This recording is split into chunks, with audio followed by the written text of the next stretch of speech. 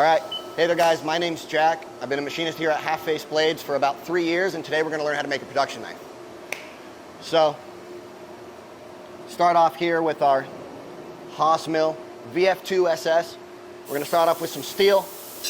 I think I want a carbon fiber handle today. Throw that in there. And you know what? You need hardware too. It's a production knife after all. See what we get.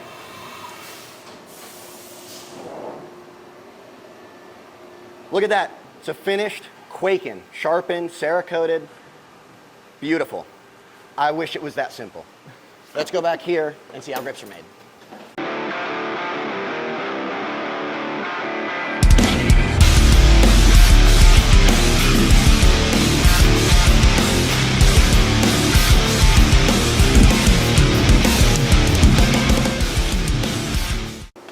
Alrighty, so when it comes to machining our splits, which is one of our main bread and butter, we start off with a split made in our other shop.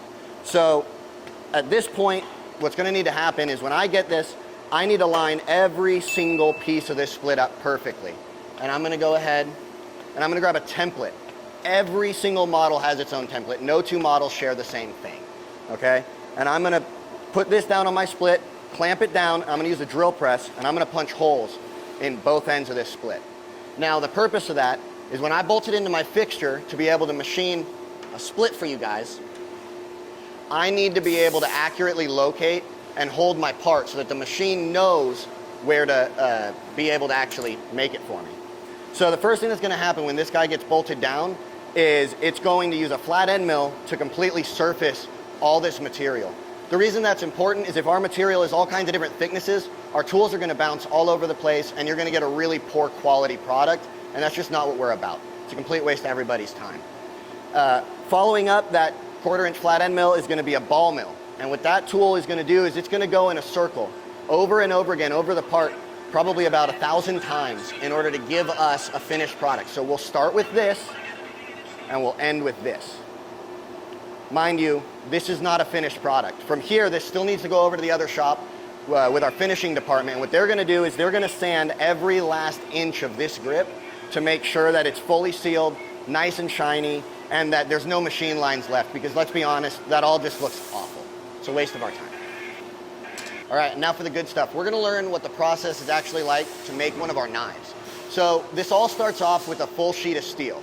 And the first step that's gonna happen as soon as that steel gets here is it is going to be water jet. We're gonna tell our water jet operator exactly what model we need, because just like with our templates for grips, every single knife has a different cutout. No two knives share the exact same cutout. So this guy right here is actually a crow scalper.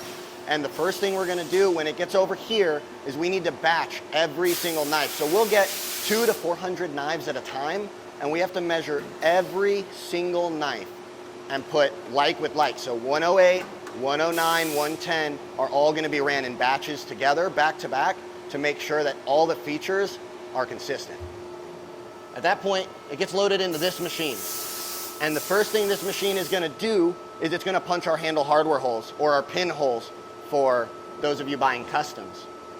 After that, it's gonna do an outside cleanup, because you can see these knives have water jet striations on them, right? It's a horrible finish. Nobody wants that on a finished knife. So we're gonna clean up that outside profile of every single knife and follow that up with jimping and choils. And then we're also gonna go ahead and chamfer the knife. And that's basically our whole stock prep operation for almost every single knife in this shop. Now, if we move over here, production manager Matt is gonna show you a little bit about what he does. Hey guys, name's Matt, production manager here at Half Face Blades. Been here since about 2020. I actually do work around here. Right now we're just running a mid-tape start on a stock prep program for a 3-axis knife. We have a couple different manufacturing methods, this being one of them, where we have a little bit more flexibility with some of the design language and the features. We use some specialty profile end mills to do a lot of parallel passes and kind of create something pretty interesting. We start, just like Jack said, with a standard blank that's model specific, and then our other VF2 here will come in and essentially mill all the bevels. So it's a style of stock prep, but every cycle we actually get some finished knives. So now that we're done with that, come over here to our VF4. Now this thing is our workhorse. We've had this for about 4 years, and we have a Martin trunnion in here, and this allows us to actually rotate to a specified angle and using a larger end mill, so a little bit more material removal, and come in and actually take a swerve style cut. And this is our output machine. This thing runs all day, every day, and it's been doing that for a long time. All right, so one of the last stops that a knife might make is if it's a standard G10 production model. Like I said, every single knife has a different template. So this would be for congressmen and extremis, tomahawks, field knives, and the one that's the most relevant to right now is going to be our Featherlight template. So we're going to start off with a whole sheet of material, much like this, and we're going to tell our water jet operator that he needs to cut out a specific quantity of a specific model. In this case, you have full-size calves, field knives, and then below the field knives and the calves, you have more Featherlights, much like what I'm holding right here. So what's going to happen at this point is I'm going to take this piece of G10 and I'm going to bolt it in this machine. And it's going to machine all of our texture that you see here. It's going to follow that up with drilling these hardware holes. I'll do a quick hardware swap, and then we cut off all this excess material, do our chamfers, and at that point the grips are pretty much done. A little bit of finish work, you know, countersinking the backs and going ahead and throwing them in the tumbler so that they're a little smoother and a little less grabby. Generally just better for everyday use.